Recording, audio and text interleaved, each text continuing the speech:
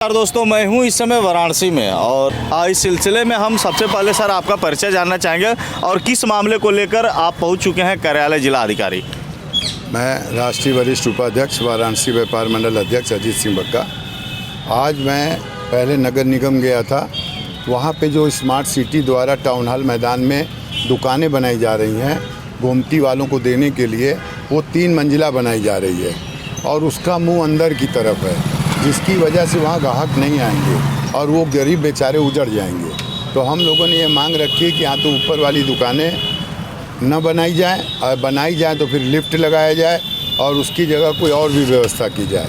और शहर के अंदर जो अतिक्रमण आप हटा रहे हैं, तो जो अतिक्रमण हटा रहे हैं वो अच्छी बात है, पर उनको बसाया भी जाए।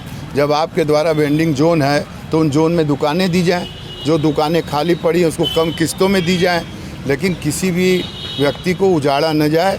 और शहर की जो भी दिक्कतें हैं सिक्मी किराएदारों को रेगुलर किया जाए, जहाँ बिजली नहीं लगी वहाँ लगाया जाए, और जो बिजली की मेंटेनेंस देख रही कंपनी है वो पूरी तरह से उसको देखे, जो कि कार्य नहीं कर रही है। सर आपसे एक बहुत बड़ा सवाल होगा, मोदी जी और योगी जी दोनों लोग वाराणसी के लिए और व्यापारियों के लिए खास तौर से उन्होंने सोचा है। एक बार एक व्यापारी का कॉल भी गया था तो उन्होंने रिसीव किया था और डायरेक्ट वार्ता भी हुई थी। आपको क्या लगता है, जिला कार्यालय पे आप पहुंचे हुए हैं, कार्यालय जिला अधिकारी महोदया के यहाँ, आपको क्या लगता है, आपकी बातों से वो सहमत होंगे? देखिए, मैं आपको बता दूं, मोदी जी और योगी जी से किसी को दिक्कत नहीं है जी। शासन बहुत बढ़िया चल रहा है जी। और जितना विकास इनके राज में हुआ कभी नहीं हुआ था। पर जो थोड़ी बहुत दिक्कतें हैं, जैसे योगी जी चाहते हैं कि किसी को उजाड़ा न जाए, किसी गरीब के साथ गलत ना हो, किसी टेम्पो टोटो रिक्शा वाले को मारा न जाए, किसी ठेले वाले को मारा न जाए। अगर कहीं पर कोई दिक्कत आ रही है प्रशासन द्वारा, तो उस चीज़ को बताने के लिए हम लोग यहाँ जिलाधिकारी के यहाँ या नगर आयुक्त के यहाँ जाते हैं, ताकि वो प्रॉब्लम दूर हो और हमारे बनारस के सांसद जी का नाम खराब ना हो, स्मार्ट सिटी का नाम खराब ना हो, और जो कॉरिडोर है जिसका पूरे वर्ल्ड में महत्व है इस संस्कृति का, उनका उस पर कोई आँच ना आए। इस वजह से हम लोग आते। व्यापारी को उनसे किसी तरह का कष्ट नहीं है। सर एक और सवाल हम आपसे कर लेते हैं, मिल ही गए हैं तो।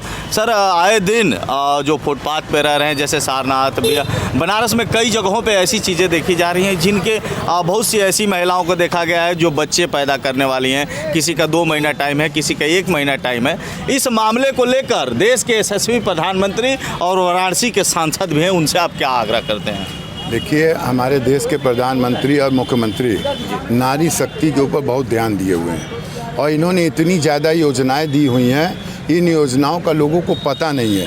आज ये बच्चा जो गर्भवती महिलाएं हैं, इनके लिए भी आगे व्यवस्था है, इनकी डिलीवरी की भी व्यवस्था है, इनके राशन की भी व्यवस्था है, इनको दूध वगैरह की भी व्यवस्था है, लेकिन ये व्यवस्था की जानकारी इनको नहीं मिल पाती है। इन जानकारी के लिए उस क्षेत्र के जो भी पदाधिकारी हों, चाहे वो पार्टी से जुड़े हों, चाहे व्यापार मंडल से जुड़े हों, चाहे समाज सेवी संस्थान से जुड़े हों, चाहे विकास परिषद लायंस क्लब से जुड़े हैं, इनकी ये ड्यूटी बनती है कि उनको बताएं और उनको लेके जाएं कि आप कबीर चौरा चलिए, आपको वहाँ सारी सुविधाएं मिलेंगी।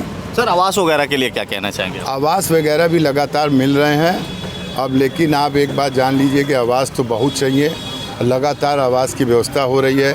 आप देखिए तो शरणास्थल व्यवस्था भी है, टेम्परेरी व्यवस्थाएं जगह जगह हो रही हैं, जिसमें बिस्तर, खाना, रहने की व्यवस्था, सारी चीज़ों को दे रहे हैं। अभी आप देखिए 1 रुपये पर अन्नपूर्णा भी अन्नपूर्णा क्षेत्र भी चालू हुआ है। ऐसा नहीं है कि कार्य नहीं हो रहा, लेकिन जनता के बीच वो चीज़ें पहुंच नहीं पा रही हैं, उनको पहुंचाना जरूरी है। थैंक यू सर, आपसे मिलकर बहुत अच्छा लगा। मुझे आशा और उम्मीद है कि देश के यशस्वी प्रधानमंत्री आपकी बातों को सुनेंगे और व्यापार मंडल के जो भी आपसे भी ऊंचे स्तर के लोग होंगे इस मामले को संज्ञान में लेंगे और कहीं ना कहीं जो आप लोगों की मांगे हैं, मांगे पूरी होंगी। बहुत बहुत धन्यवाद सर, शुभकामना।